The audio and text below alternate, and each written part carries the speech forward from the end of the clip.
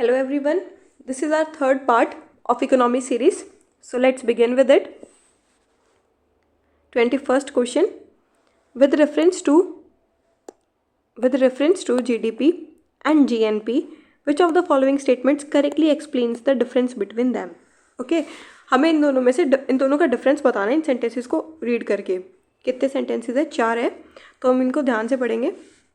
एक सेकेंड पहले चेक कर लेते हैं ऑप्शंस. देखो किसी में भी ऑल ऑफ द अबव का ऑप्शन नहीं है और नाइदर वाला भी नहीं है. ठीक है, अब इसको ध्यान से देखो. GDP is the value of all final goods and services produced within the geographic boundary of a nation during 1 year period, whereas gross national product is the GDP of a country minus its income from abroad. ठीक है, देखो इसमें problem कहाँ आ रही है पहले मैं बताती हूँ आपको. मैंने आपको पिछली वीडियो में ये बताया था कि जीडीपी जो होता है जीएनपी नेशनल्स का होता है और जीडीपी लोकेशन का होता है, टेरिटरी. ठीक है, तो अब इसमें क्या बोला है कि जीडीपी, मैंने पहले पिछली वीडियोस में आपको बताया था कि इसमें टेरिटरी होता है कंट्री की. अरे बात समझ में, पर इसमें बोला है ज्योग्राफिक बाउंड्री. ध्यान से इस वर्ड को ध्यान से देखना. अगर आपने इकोनॉमिक एकदम बेसिक से किया है तो आपको पता होगा कि जीडीपी के अंदर ज्योग्राफिक बाउंड्री को नहीं काउंट करते हम. ध्यान से देखना. जैसे इंडिया है, ठीक है, तो इंडिया की एक सेकेंड इंडिया है, ठीक है, तो इंडिया की जो ज्योग्राफिक बाउंड्री है वो ये है. जैसे अंडमान निकोबार लक्षद्वीप सबको मिला के, और ये अपनी इंडिया है. ये वाली बाउंड्री मिला के अगर अपनी, जैसे श्रीलंका में अगर इंडियन एम्बेसी है और यूएसए में भी इंडियन एम्बेसी है, नेपाल में है जैसे, तो जहाँ जहाँ इंडियन एम्बेसी है वो जो एरिया है वो भी इंडिया का पार्ट काउंट होगा उसमें. ठीक है, इंडिया की जीडीपी में वो पार्ट भी काउंट होगा जो दूसरी कंट्रीज़ में है. मतलब जो इंडियन एम्बेसी है दूसरे नेशंस में वो भी इंडिया का पार्ट है जीडीपी में. अगर जीडीपी में उसको काउंट करें, वो ज्योग्राफिक बाउंड्री में नहीं आता है ना इंडिया की. ध्यान से समझना मैं क्या समझाने की कोशिश कर रही हूँ. देखो जैसे ये इंडिया का मैप है, सॉरी जो भी है, ये श्रीलंका, ठीक है, ये तो है ज्योग्राफिक बाउंड्री इंडिया की. ये आइलैंड्स भी है, ये तो हो गया इंडिया की ज्योग्राफिक बाउंड्री. ठीक है, पर इकोनॉमी में हम कैसे मानते हैं इसको? इकोनॉमी के अंदर देखो, इकोनॉमी में जीडीपी में क्या काउंट होगा? ये भी काउंट होगा, ये भी काउंट, ज्योग्राफिक बाउंड्री तो होगा ही होगा, प्लस जो इंडियन एम्बेसी है दूसरी कंट्रीज़ में. जैसे मान लो यहाँ कहीं जापान में है इंडियन एम्बेसी, ठीक है, थाईलैंड में है, तो दूसरे नेशंस में जो जहाँ जहाँ इंडियन एम्बेसी काम कर रही है वो भी इसी का पार्ट है. तो ज्योग्राफिक लोकेशन मतलब बहुत छोटी सी जगह, बस इतना ही पार्ट. ठीक है, ज्योग्राफी मतलब बस थोड़ा सा एरिया, बस इतना दिख रहा है. बट जो जीडीपी में जो डोमेस्टिक टेरिटरी काउंट कर रहे हैं ना हम, वो बहुत बड़ा एरिया होता है. मतलब जो दूसरी कंट्रीज़ में भी अपना एरिया है वो भी हम काउंट करेंगे. तो ये सिर्फ ज्योग्राफिक बाउंड्री तक नहीं सीमित रहता है. ज्योग्राफिक बाउंड्री तो बहुत छोटा सा एरिया हो जाएगा. ठीक है, तो दूसरे नेशंस में भी जहाँ हमारा डोमेस्टिक बाउंड्री, जैसे अभी मैंने आपको बताया इंडियन एम्बेसी जहाँ है तो वो हमारा एरिया है, तो जीडीपी में वो भी काउंट होगा. तो ज्योग्राफिक, ये वर्ड गलत यूज़ किया इन लोगों ने, ज्योग्राफिक बाउंड्री ये नहीं यूज़ करना था. ठीक है, तो ये गलत है, इसको ध्यान रखना है. ये वर्ड यूज़ कर सकता है एग्जामिनर. नेक्स्ट देखते हैं इसमें दूसरा क्या बोला इन्होंने, जीएनपी के बारे में बोला. ठीक है, देखो जीएनपी मैंने क्या बोला था, ग्रॉस नेशनल प्रोडक्ट. ठीक है, यानी नेशनल्स की इनकम. हम लोग नेशनल्स है इस कंट्री के, हमने यहाँ जितना अर्न कर रहा है, यहाँ पे जो लोग रह के टेरिटरी में अर्न कर रहे हैं वो नेशनल्स जो अर्न कर रहे हैं वो.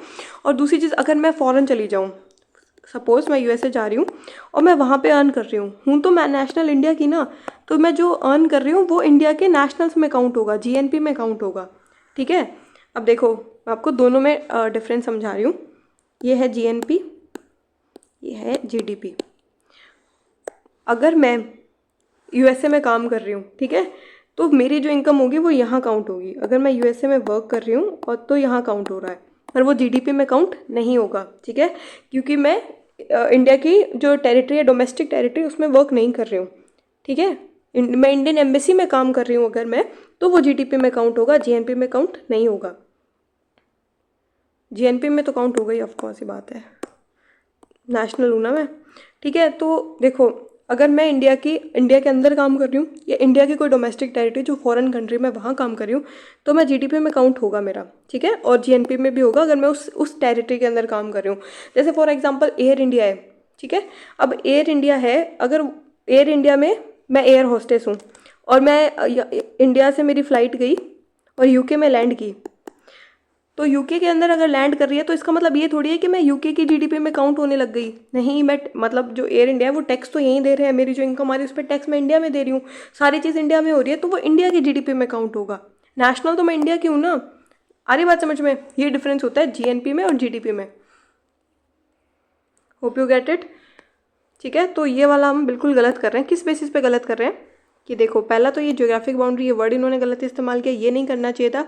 दूसरी चीज़ ये कि GNP is the GDP of a country minus, I guess minus नहीं होगा, इनकम फ्रॉम अब्रॉड तो ऐड करनी चाहिए, पर ये जीडीपी के अंदर मतलब ये जीडीपी वाला थोड़ा सा net factor income from abroad होता है ना, वो वाला चीज़ ऐड करते हैं हम लोग, नेट इनकम।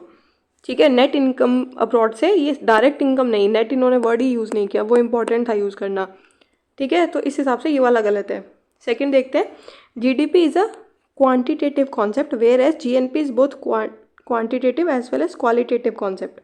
अब देखो, जीडीपी से हमें क्वांटिटी पता लग रही है, तो हमने ऊपर भी देखा है कि भाई जीडीपी क्वांटिटी बताता है, क्वांटिटी बताता है, ग्रोथ नहीं बताता है। अरे बात समझ में? पर जीएनपी दोनों है। अभी दोनों कैसे है? देखो, जीडीपी तो ग्रोथ बता ही रहा है एक नेशन में, एक नेशन की, एक कंट्री की। अब देखे, जैसे इंडिया में अगर चाइना की एमएनसी काम कर रही है, यूएसए की एमएनसी काम कर रही है, पर वो कंट्रीब्यूट तो जीडीपी में कर रही है ना, क्योंकि इंडिया की टेरिटरी है, तो इसमें सिर्फ नंबर्स बता रहा है, ठीक है, कि भाई कितना ग्रोथ कर रहा है, क्या है क्वांटिटी।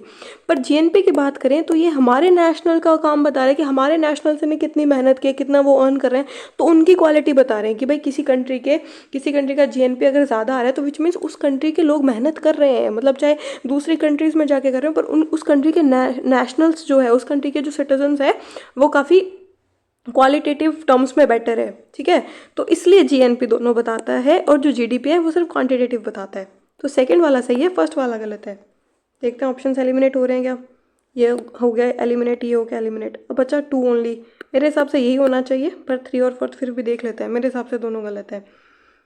देखो, GDP indicates internal as well as external strength of the economy, whereas GNP of a country indicates the internal strength of the economy. ठीक है, ढंग से देखो, ये ऐसे कह रहा है कि जीडीपी जो है वो इंटरनल और एक्सटर्नल स्ट्रेंथ दोनों बताती है, और जीएनपी जो है वो इंटरनल स्ट्रेंथ बताती है सिर्फ। अब मेरी बात बताओ, अब मुझे एक बात बताओ, देखो जीडीपी है वो डोमेस्टिक टेरिटरी बता रही है। इंडिया के अंदर चाहे यूएसए की कंपनी वर्क कर रही हो, चाहे चाइना की कंपनी वर्क कर रही हो, पर वो डोमेस्टिक में रही है, तो वो अकेले इंडिया का नहीं बता रही है। मतलब वो सिर्फ इंडिया की डोमेस्टिक टेरिटरी में जो हो रहा है वो बता रहा है। पर जो जीएनपी है, जो ग्रॉस नेशनल प्रोडक्ट है, ये जो नेशनल्स है, ये चाहे नॉर्थ पोल पे जाए, चाहे ये साउथ पोल पे जाए, चाहे ये अमेरिका जाए, चाहे ये यूके जाए, ये सबका क्वालिटी बता रहे हैं ना जीएनपी। तो ये जीएनपी बताता है इंटरनल और एक्सटर्नल। ये इन्होंने ना चेंज कर दिया है डेफिनेशन। पिछली वीडियो में मैंने आपको बताया था कि ये लोग ऐसे इंटरचेंज कर देंगे। डेफिनेशन चेक करना पहले कि कौन सी डेफिनेशन किससे मैच कर रही है। तो जीडीपी नहीं है, ये जीएनपी के बारे में बात करें कि जीएनपी एक्सटर्नल और इंटरनल दोनों बताता है, और जो जीडीपी है कंट्री का वो इंटरनल स्ट्रेंथ बताता है कंट्री की। हम यही बात करते हैं। अब देखो, जैसे फॉर एग्जांपल अगर अपन बात करें इकोनॉमिक टर्म्स में, तो अपन यही बात करते हैं ना कि इस कंट्री की जीडीपी बहुत स्ट्रॉन्ग है। हम ये नहीं कहते हैं कि इस कंट्री की जीएनपी बहुत स्ट्रॉन्ग है, क्योंकि जीएनपी जो होता है वो इंटरनल और एक्सटर्नल दोनों स्ट्रेंथ बताता है। जो जीडीपी है वो एक कंट्री की स्ट्रेंथ बताता है कि कितना उसमें एफडीआई आ रहा है, या कितनी स्ट्रॉन्ग जीडीपी है किसी कंट्री की। काम तो सारा उसी की डोमेस्टिक टेरिटरी में हो रहा है ना, तो इसलिए तो ये गलत हो गया। फोर्थ देख लेते हैं, private remittances constitute the part of GDP, whereas interest on external loans constitute part of GNP। ध्यान से देखना, प्राइवेट रेमिटेंसेस क्या होते हैं। देखो, जैसे सॉरी मैं बताती हूँ आपको, ये जो है इंटरेस्ट ऑन एक्सटर्नल लोन्स, देखो मैं यूएसए गई, मैंने मेरे घर वालों को रेमिटेंस भेजा। अरे बात समझ में? तो अगर मैं रेमिटेंस मेरे घर वालों को यहाँ से भेज रही हूँ, तो वो एक टाइप का गिफ्ट हो गया। ये किस में आता है पहले बताओ, रेवेन्यू में आएगा या कैपिटल में आएगा? ये रेवेन्यू रिसिप्ट में आता है। ठीक है, रेवेन्यू रिसिप्ट में आएगा, क्योंकि ना एसेट क्रिएट करते हैं ना लाइबिलिटी। ये थोड़ा सा उस टॉपिक में चलेगी मैं, पर फिर भी आप देखो इसको कि भाई ये ऐसे कह रहा है कि जो कंट्री का जीडीपी है उसमें ये काउंट करेंगे। क्यों करेंगे?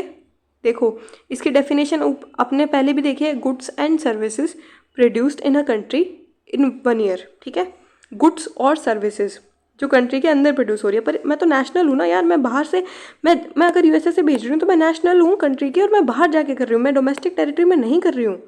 मैं इंडिया की डोमेस्टिक टेरिटरी में वर्क करके नहीं घर पे सैलरी भेज रही हूँ। अगर यही सैलरी मैं बैंगलोर से करती और मैं बैंगलोर से मेरे घर वालों को भेजती अपनी सैलरी का कुछ पार्ट, तो वो इंडिया के जीडीपी में काउंट होता, क्योंकि मैं डोमेस्टिक टेरिटरी में कर रही हूँ। अब मैं यूएसए में अर्न कर रही हूँ, मैं चल नेशनल इंडिया की हूँ, पर मैं अर्न यूएसए में कर रही हूँ और फिर अपने घर पे रेमिटांस भेज रही हूँ, तो मैं तो जीएनपी में आऊँगी ना, मैं जीडीपी में क्यों आऊँगी? मतलब ये जो रेमिटांस है वो जीएनपी में आएगा, जीडीपी में क्यों आएगा? तो इसलिए ये गलत है। यहाँ पे ये आएगा कि यहाँ पे प्राइवेट रेमिटांसेस जीएनपी होता है। रेमिटांसेस वही होते हैं जो बाहर दूसरी कंट्री से अपनी कंट्री में आ रहा हो। ठीक है, दूसरी बात ये है कि interest on external loans constitute the part of GNP. अब एक बात बताओ आप मुझे कि जैसे गवर्नमेंट ऑफ इंडिया ने लोन लिया, ठीक है, बाहर से, उस पर अगर लोन लिया और इस पर इंटरेस्ट पेमेंट हो रही है, तो इंटरेस्ट पेमेंट तो इंडियन टेरिटरी में इंडिया से हो रही है ना, वापस रीपेमेंट जो हो रहा है वो जीडीपी में काउंट होगा, वो जीएनपी पे नहीं होगा, क्योंकि वो डोमेस्टिक टेरिटरी के अंदर वर्क किया जा रहा है। ठीक है, तो ये जो है पार्ट ऑफ जीडीपी है ऑन एक्सटर्नल लोन्स। ठीक है, इंडियन टेरिटरी की बात हुई तो ये वाला गलत है, सब में इसमें भी इंटरचेंज है, इसमें भी इंटरचेंज है, तो यहाँ पे हमारा option 2 is the correct answer. ठीक है, नेक्स्ट क्वेश्चन देखते हैं। With reference to the calculation of national income की कैलकुलेशन के बारे में बात हो रही है। Which of the following statements are correct about cost and price in context of national income counting में कॉस्ट और प्राइस को लेके कौन से सेंटेंसेस सही है वो बताना है। ठीक है, तो अब इसमें देख लेते हैं कितने हैं सेंटेंसेस है।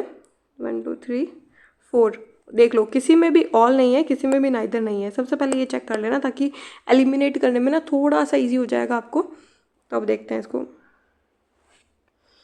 ये फैक्टर कॉस्ट पहले भी पढ़ चुके हैं अपन पुरानी वीडियोस में। ठीक है, फिर भी देख लेते हैं। Factor cost is also known as production cost as it is input cost and the producer has to incur the process. Market cost is driven after adding the indirect taxes to the factor cost of the product. सबसे first वाली video में देखा था शायद हमने, यहाँ पता नहीं सेकंड वाले में। ये सही है, सेम वही चीज़ उन्होंने रिपीट किया है। फैक्टर कॉस्ट में आपको बताया था कि मार्केट कॉस्ट जैसे एमआरपी प्राइसेस है, टैक्सेस उसी में लगते हैं, और फैक्टर कॉस्ट यानी वो 4 फैक्टर्स ऑफ प्रोडक्शन, तो इनपुट कॉस्ट है ये, तो ये बिल्कुल सही है। ठीक है, पिछली वीडियो में भी समझाया था मैंने आपको सेम। नेक्स्ट देखते हैं। सिंस जनवरी 2015 यानी गवर्नमेंट चेंज होने के बाद CSO has switched over to calculate its national income at factor cost so that GST can be separately identified. ठीक है, अब एक बात बताओ, ये CSO है सेंट्रल स्टैटिस्टिकल ऑफिस। ठीक है, अब जिसने मतलब ये एक फैक्ट है, इसमें समझाने वाला कुछ नहीं है।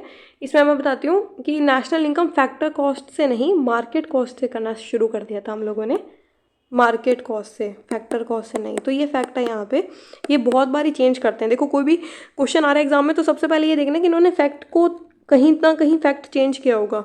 ठीक है, हो सकता है यहाँ 2011 कर देते ये लोग, पर यहाँ पे फैक्टर कॉस्ट अगर यहाँ 11 कर देते तो फिर ये जीएसटी तो बाद में आता, तो आप वैसे चेक कर सकते थे इसको, पर ये नहीं है। यहाँ पे ये वाला चेंज है इन्होंने कि नेशनल इनकम हम मार्केट कॉस्ट पे चेक करते हैं, फैक्टर कॉस्ट पे नहीं करते हैं।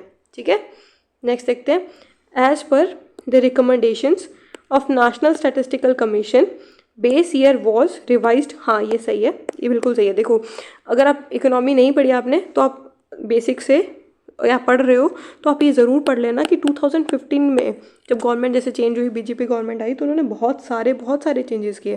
जैसे इन्होंने बेस ईयर चेंज कर दिया था, ये जो फैक्टर कॉस्ट है मार्केट कॉस्ट में कर दिया था, कॉस्ट करंट प्राइस से कांस्टेंट प्राइस पे काउंट करने लग गए थे हम लोग। तो बहुत चेंजेस किए इन्होंने, तो ये बस उन्हीं में से एक चेंज है, बेस ईयर रिवाइज कर दिया था 11 12। ठीक है, तो ये सही है, फर्स्ट और थर्ड सही है हमारा ये वाला, पर ये फोर्थ भी तो बचा है, ये हट गया, तो सेकंड गलत था, तो सेकंड से ये दोनों कट हो गए, फोर्थ अभी भी बचा है। चलो फोर्थ देख लेते हैं। Price at base year is current price and it reflects the impact of present inflation. नहीं, ऊपर पढ़ाया था मैंने आपको, बेस ईयर से जो होगा वो कांस्टेंट प्राइस होता है, ठीक है। जो बेस ईयर पे काउंट होता है वो कांस्टेंट प्राइस होता है, और जो करंट प्राइस है, देखो यहाँ तक ये हटा दो, ठीक है। Price at base year is constant price, उसके बाद में क्या है, ये करंट प्राइस जो है वो रिफ्लेक्ट करता है प्रेजेंट इन्फ्लेशन को। करंट प्राइस से इन्फ्लेशन, आप इसको है ना ऐसे याद रखना, अगर आपको याद नहीं रहे तो, कि करंट की सिचुएशन में जो इन्फ्लेशन चल रहा है वो करंट प्राइस बताएगा, ठीक है। ये ट्रिक याद रखना इससे, कि जो करंट का जो प्राइस है वो वही तो इन्फ्लेशन बताएगा ना। अब अपन 2010 में बोलें कि भाई एक चॉकलेट 10 रुपीज़ की आ रही है, तो वो थोड़ी इन्फ्लेशन बताएगा। अगर आज 50 की आ रही है तो हमें पता लगेगा भाई महंगी हो रही है चीज़ें, तो करंट प्राइस से इन्फ्लेशन पता लगेगा। और जो कांस्टेंट प्राइस है वो बेस ईयर से होता है, जिसमें इन्फ्लेशन का नहीं पता लगता है। आ रही बात समझ में? तो कांस्टेंट प्राइस एडजस्टेड होता है इन्फ्लेशन से। एक सेकेंड, देखो, कांस्टेंट प्राइस एडजस्टेड होता है इन्फ्लेशन से, और करंट प्राइस कैरीज इन्फ्लेशन, ठीक है। करंट प्राइस कैरीज इन्फ्लेशन, और जो कांस्टेंट प्राइस है वो एडजस्ट कर लेता है इन्फ्लेशन को। नेक्स्ट क्वेश्चन देखते हैं। इसका आंसर बता ही दिया मैंने आपको, यही होगा, फोर्थ तो गलत आ ही गया। नेक्स्ट देखो, in the context of comparing GDP and GVA, GDP gross domestic product और जीवीए ग्रॉस वैल्यू एडिशन, कि हमने कितना वैल्यू ऐड किया है किसी चीज़ में, ठीक है। तो इसमें हम देख लेते हैं कितने पॉइंट्स हमारे पास, 2 ही पॉइंट है इसमें तो। चलो, gross value added indicates value added by various sectors at supply side, whereas GDP is arrived at adding up all the expenditures done in the economy which indicates demand side, ठीक है। तो अब देखो, gross value addition क्या होता है किसी चीज़ में। अगर मैं वीट ला रही हूँ, मैंने वीट से फ्लोर बनाया या उससे मैंने ब्रेड बना दी, तो मैं वैल्यू ऐड कर रही हूँ उस चीज़ में।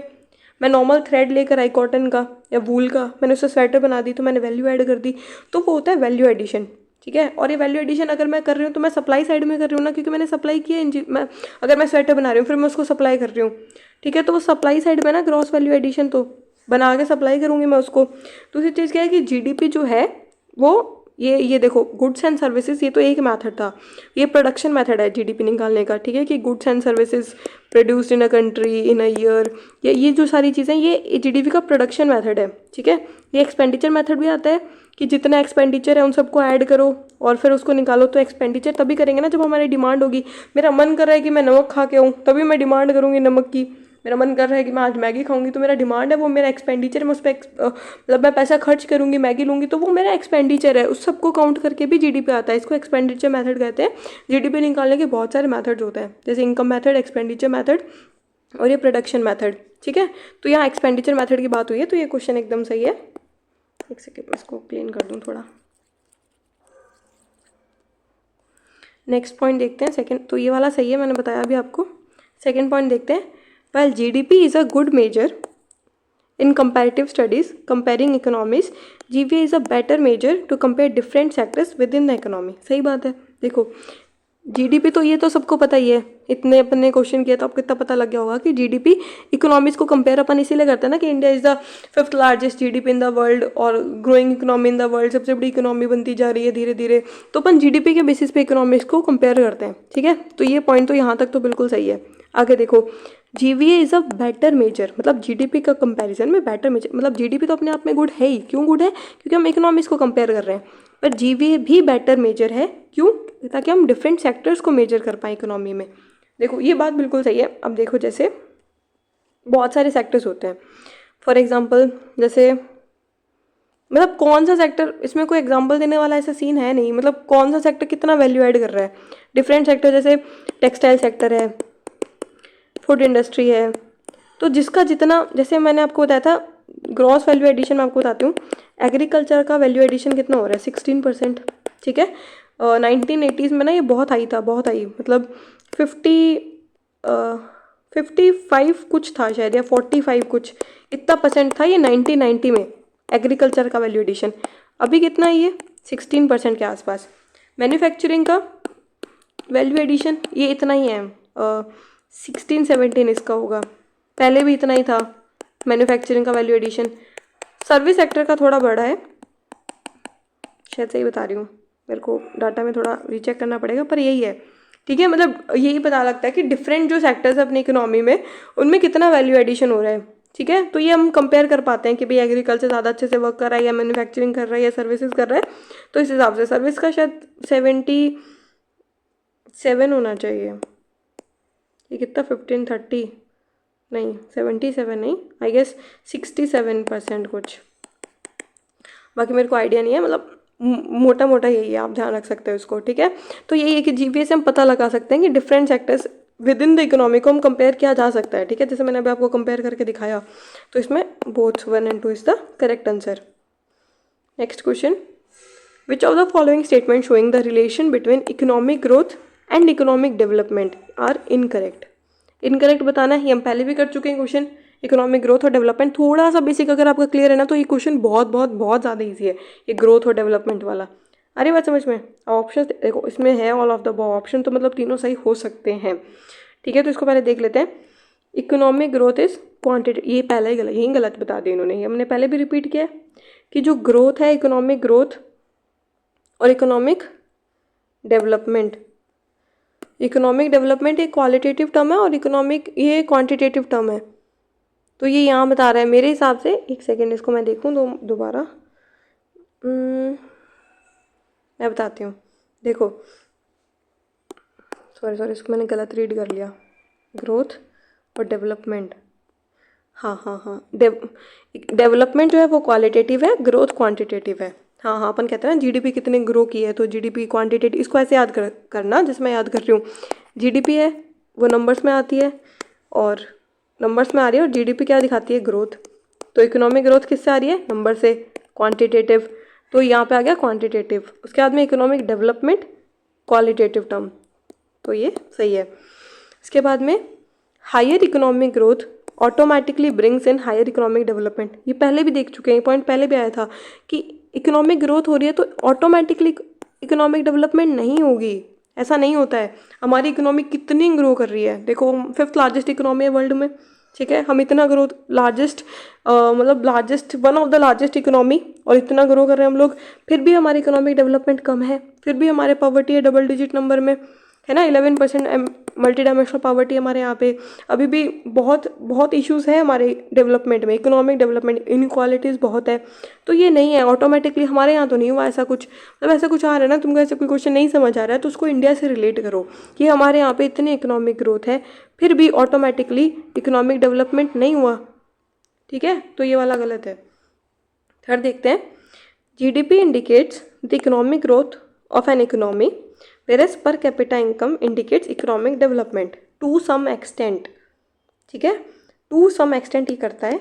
इंडिकेट की तो बात हुई है, इन्होंने ये तो नहीं बोला, देखो जीडीपी तो ये तो ऊपर पढ़ा ही हमने फर्स्ट सेंटेंस में ही कि भाई जीडीपी इंडिकेट करता है इकोनॉमिक ग्रोथ को, per capita income indicates economic to some extent. ठीक है, जैसे यूएई हो गया, दुबई हो गया, इनमें बहुत हाई है पर कैपिटा इनकम।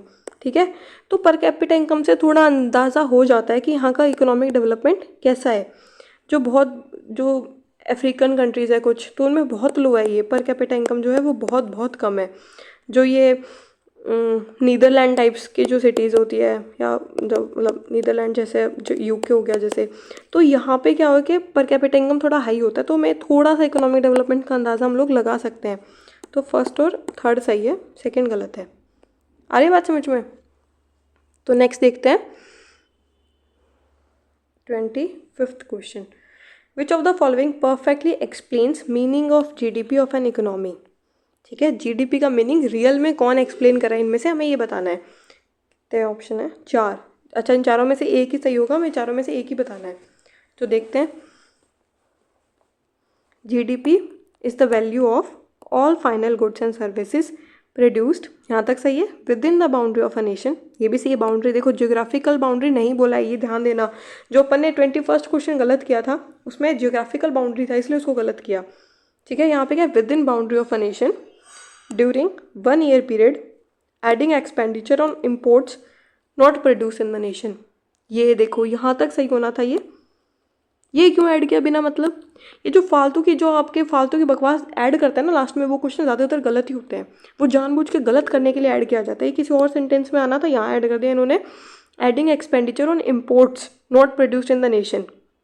ठीक है, कि बाहर से हम जो मंगा रहे हैं उसका जो एक्सपेंडिचर है उसको भी हम ऐड कर रहे हैं इसमें।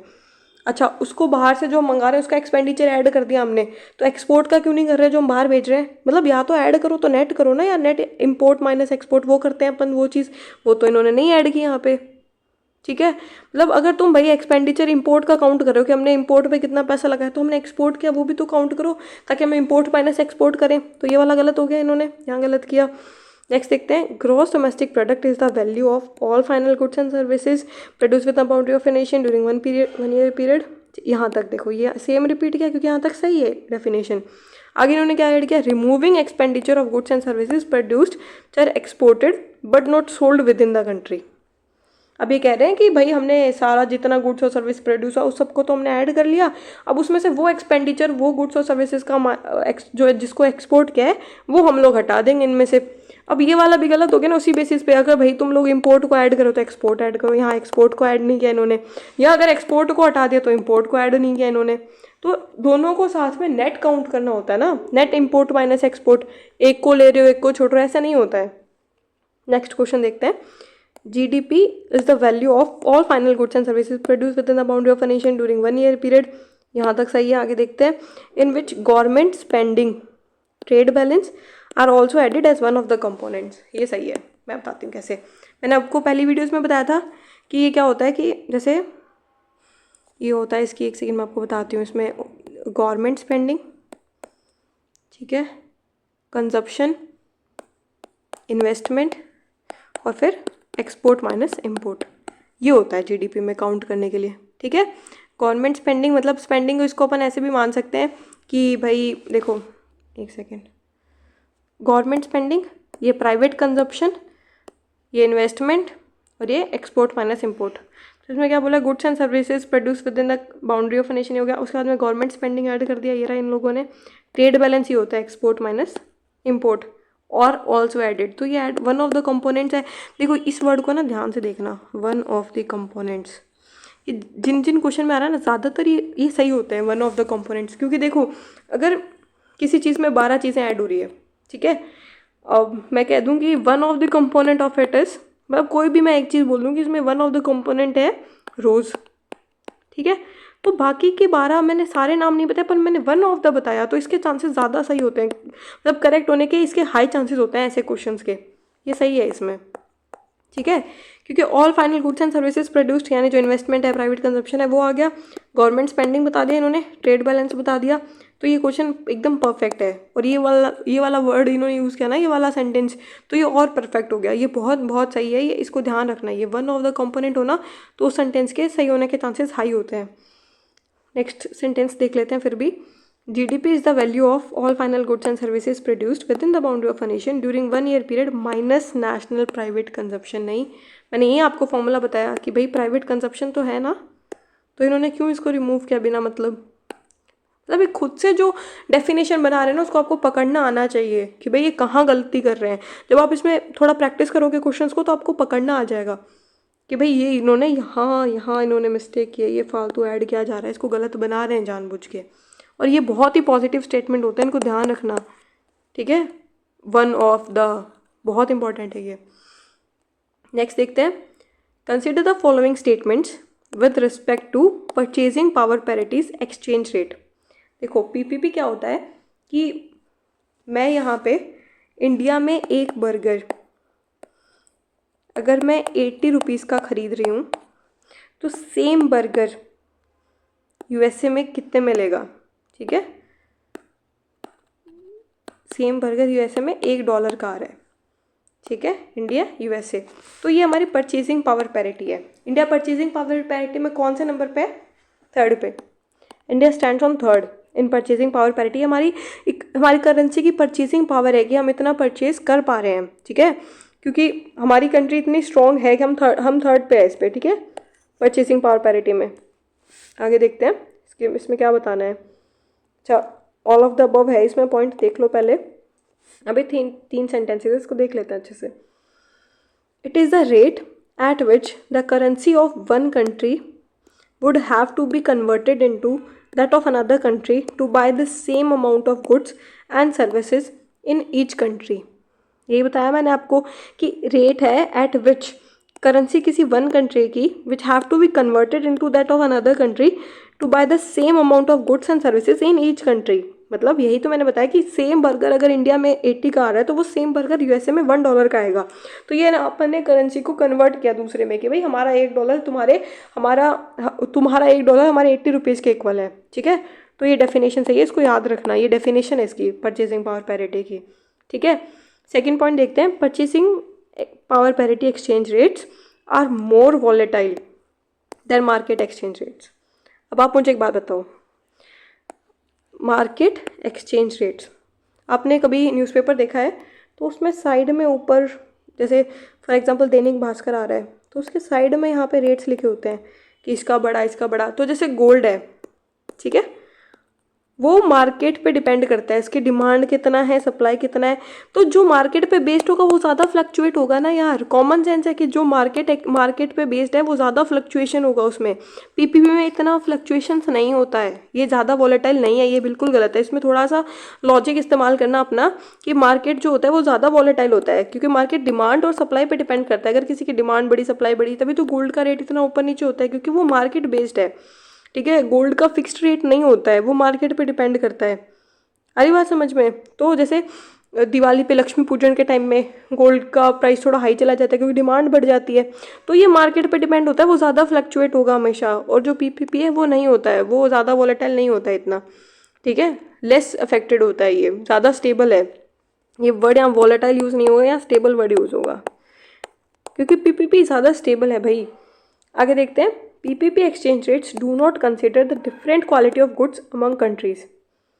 हाँ सही बात है. देखो क्वालिटी ध्यान से देखना इसको. मैंने बर्गर बताया आपको कि अगर कोई बर्गर है, ठीक है, ये हम लोग खा रहे हैं इसको यूएसए में और इंडिया में. इंडिया वाले इसको बहुत अच्छा उसमें डाल रहे हैं, स्पाइसेस डाल रहे हैं इसके अंदर. इंडिया वाले इसमें ब्रेड अच्छी यूज़ कर रहे हैं. इंडिया वाले इसमें फ्रूट्स वेजिटेबल्स भी डाल रहे हैं हेल्दी बनाने के लिए. इसमें पिस्तास आमंड्स भी डाल रहे हैं. ठीक है, तो इसमें इसकी क्वालिटी हाई है फिर भी 80 रुपीज़ का है. और यूएसए वाले सिर्फ इसमें नॉर्मल ब्रेड डाल दिया, जैम डाल दिया या केचप डाल दिया और कह रहे हैं कि हमारा वाला $1 का है. एक सेकेंड. तो अल्टीमेटली देखो, अल्टीमेटली $1 80 रुपीज़ का हो रहा है पीपीपी पे. तो पर ये तो नहीं बता रहा ना कि भाई तुम्हारे वाला ज़्यादा क्वालिटी में अच्छा है. तो क्वालिटी नहीं बताती पीपीपी जो है, वो क्वालिटी नहीं बताता है. सिर्फ बर्गर की बात हो रही है, चाहे वो इंडिया हो चाहे यूएसए हो. इसमें क्वालिटी क्या है, किसने ज़्यादा डाला इंग्रेडिएंट, किसने नहीं डाला, उतनी बात नहीं होती है इसमें. ठीक है, तो इसमें थर्ड सही है और फर्स्ट सही बताया था ना. हाँ, फर्स्ट और थर्ड सही है, सेकेंड रॉन्ग है. आ रही बात समझ में क्यों है ये. आगे देखते हैं. Next question 27. देखो नॉमिनल अफेक्टिव एक्सचेंज रेट. ये नीर और रीड दो कॉन्सेप्ट होते हैं. देखो ये रहा read. Real affective exchange rate देखो ये सेम है ना, रियल जीडीपी नॉमिनल जीडीपी उन जैसा होता है. ठीक है, इसको अपन क्वेश्चन करेंगे ना तो आपको समझ आ जाएगा. सबसे पहले इसको देखते हैं. Nominal effective exchange rate. Nominal है, ध्यान से देखना, जो नॉमिनल होता है ना उसमें इन्फ्लेशन होता है और रियल में इन्फ्लेशन एडजस्टेड होता है. ये वर्ड्स का ध्यान रखना थोड़ा. सिर्फ इसमें नहीं बात कर रही मैं, नॉमिनल और रियल जीडीपी भी बात कर रही हूँ. जो नॉमिनल जीडीपी होगी, देखो नॉमिनल से समझ जाना, जो नॉमिनल वर्ड होता है ना उसके अंदर इन्फ्लेशन इंक्लूडेड होता है. जैसे करंट प्राइस पे जो जीडीपी निकालेंगे ना वो होता है जिसमें इन्फ्लेशन इंक्लूडेड होता है. और जो रियल होता है उसके अंदर वो कांस्टेंट प्राइस पे निकलेगा. जैसे कांस्टेंट प्राइस पे जो जीडीपी होगा वो रियल जीडीपी होता है, उसमें इन्फ्लेशन जो है वो एडजस्टेड होता है. आ रही बात समझ में. तो इसमें आप देखते हैं आगे क्या है. Nominal effective exchange rate is an unadjusted weighted average rate at which one country's currency exchanges for a basket of multiple foreign currencies. ठीक है, अब देखो ये इफेक्टिव वर्ड आ गया ना, इसको ध्यान रखना. अगर ये ऐसे होता नॉमिनल एक्सचेंज रेट यानी दो कंट्रीज़ के बीच की बात है, नॉमिनल एक्सचेंज रेट। अगर नॉमिनल इफेक्टिव एक्सचेंज रेट है, यानी ये जो इफेक्टिव वर्ड है ये क्यों है, क्योंकि मल्टीपल कंट्रीज़ के लिए है। आ रही बात समझ में? जब मल्टीपल कंट्रीज़ के बारे में बात करेंगे वहाँ इफेक्टिव हो जाएगा, ठीक है, थोड़ा और अच्छे से पता लग रहा है। इसको ऐसे याद रखना कि जब बहुत सारी कंट्रीज़ को कंपेयर करें यानी बहुत इफेक्टिव निकाल रहे हैं हम लोग चीज़, तो ये इसलिए मल्टीपल, तो ये वाला सही है, basket of multiple foreign currency, ये वाला पॉइंट सही है इसमें। इफेक्टिव को इसने जस्टिफाई कर दिया। अब नॉमिनल है, मैंने क्या बोला था, इन्फ्लेशन एडजस्टेड किस में होगा, रियल में। ये बताया था मैंने कि रियल के अंदर इन्फ्लेशन एडजस्टेड होगा। यहाँ क्या बोल रहा है, अनएडजस्टेड। इस वर्ड को नोट करना अच्छे से कि अनएडजस्टेड है, यानी अनएडजस्टेड तो नॉमिनल में ही होता है, तो ये वाला पॉइंट सही है। हमारी बात समझ में? Unadjusted weighted average rate at which one country's currency exchanges for a basket of multiple foreign currencies. Next देखते हैं, real effective exchange rate is a weighted average of a country's currency in relation to an index or basket of other major currencies, यानी affective को justify कर दिया। And it is adjusted for inflation, हो गया, बताया था मैंने कि जो रियल होगा वो इन्फ्लेशन से एडजस्टेड होगा, तो ये वाला पॉइंट भी सही है। इसमें आंसर होगा बोथ 1 and 2। ओके।